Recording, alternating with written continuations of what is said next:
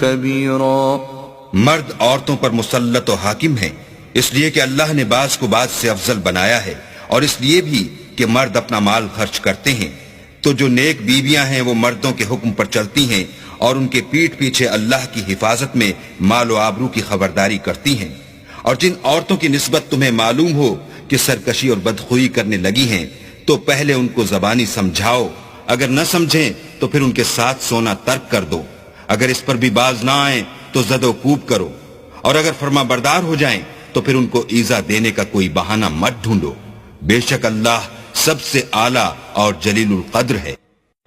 وَإِنْ خِفْتُمْ شِقَاقَ بَيْنِهِمَا فَابْعَثُوا حَكَمًا مِّنْ أَهْلِهِ وَحَكَمًا مِّنْ أَهْلِهَا إِن يُرِيدَا إِصْلَاحًا يُوَفِّقِ اللَّهُ بَيْنَهُمَا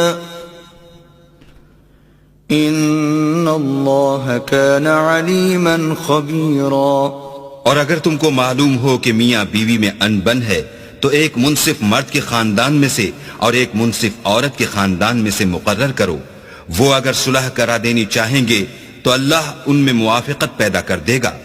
کچھ شک نہیں کہ اللہ سب کچھ جانتا اور سب باتوں سے خبردار ہے. وَاعْبُدُوا اللَّهَ وَلَا تُشْرِكُوا بِهِ شَيْئًا وَبِالْوَالِدَيْنِ إِحْسَانًا وَبِذِي الْقُرْبَى وَالْيَتَامَى وَالْمَسَاكِينِ وَالْجَارِ ذِي الْقُرْبَى وَالْجَارِ الْجُنُبِ وَالصَّاحِبِ بِالْجَنبِ وَابْنِ السَّبِيلِ وَمَا مَلَكَتْ أَيْمَانُكُمْ إِنَّ اللَّهَ لَا يُحِبُّ مَنْ كَانَ مُخْتَالًا فَخُورًا.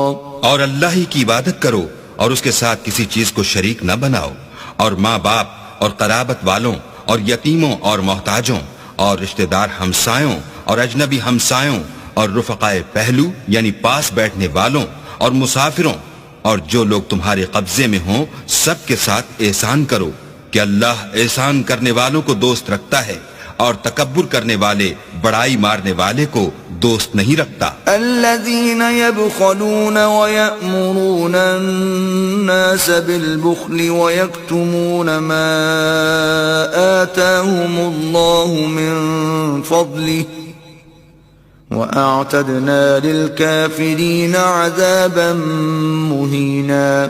جو خود بھی بخل کریں اور لوگوں کو بھی بخل سکھائیں، اور جو مال اللہ نے ان کو اپنے فضل سے عطا فرمایا ہے اسے چھپا چھپا کے رکھیں، اور ہم نے ناشکروں کے لیے ذلت کا عذاب تیار کر رکھا ہے. والذین ينفقون اموالهم رئاء الناس ولا يؤمنون بالله ولا باليوم الآخر ومن يكن الشيطان له قرينا فساء قرينا. اور خرچ بھی کریں تو اللہ کے لیے نہیں بلکہ لوگوں کے دکھانے کو، اور ایمان نہ اللہ پر لائیں نہ روز آخرت پر. ایسے لوگوں کا ساتھی شیطان ہے، اور جس کا ساتھی شیطان ہو تو کچھ شک نہیں کہ وہ برا ساتھی ہے. وَمَاذَا عَلَيْهِمْ لَوْ آمَنُوا بِاللَّهِ وَالْيَوْمِ الْآخِرِ وَأَنفَقُوا مِمَّا رَزَقَهُمُ اللَّهُ وَكَانَ اللَّهُ بِهِمْ عَلِيمًا. اور اگر یہ لوگ اللہ پر اور روز قیامت پر ایمان لاتے اور جو کچھ اللہ نے ان کو دیا تھا اس میں سے خرچ کرتے تو ان کا کیا نقصان ہوتا، اور اللہ ان کو خوب جانتا ہے. ان اللہ لا یظلم مثقال ذرہ وَإِن تَكُ حَسَنَةً يُضَاعِفْهَا وَيُؤْتِ مِن لَّدُنْهُ أَجْرًا عَظِيمًا. اللہ کسی کی ذرا بھی حق تلفی نہیں کرتا، اور اگر نیکی کی ہوگی تو اس کو دو چند کر دے گا اور اپنے ہاں سے اجر عظیم بخشے گا. فَكَيْفَ إِذَا جِئْنَا مِن كُلِّ أُمَّةٍ بِشَهِيدٍ وَجِئْنَا بِكَ عَلَى هَؤُلَاءِ شَهِيدًا. بھلا اس دن کیا حال ہوگا جب ہم ہر امت میں سے احوال بتانے والے کو بلائیں گے اور تم کو ان لوگوں کا حال بتانے کو گواہ طلب کریں گے. يومئذ يود الذين كفروا وعصوا الرسول لو تسوى بهم الأرض ولا يكتمون الله حديثا. اس روز کافر اور پیغمبر کے نافرمان آرزو کریں گے کہ کاش ان کو زمین میں مدفون کر کے مٹی برابر کر دی جاتی اور اللہ سے کوئی بات چھپا نہیں سکیں گے.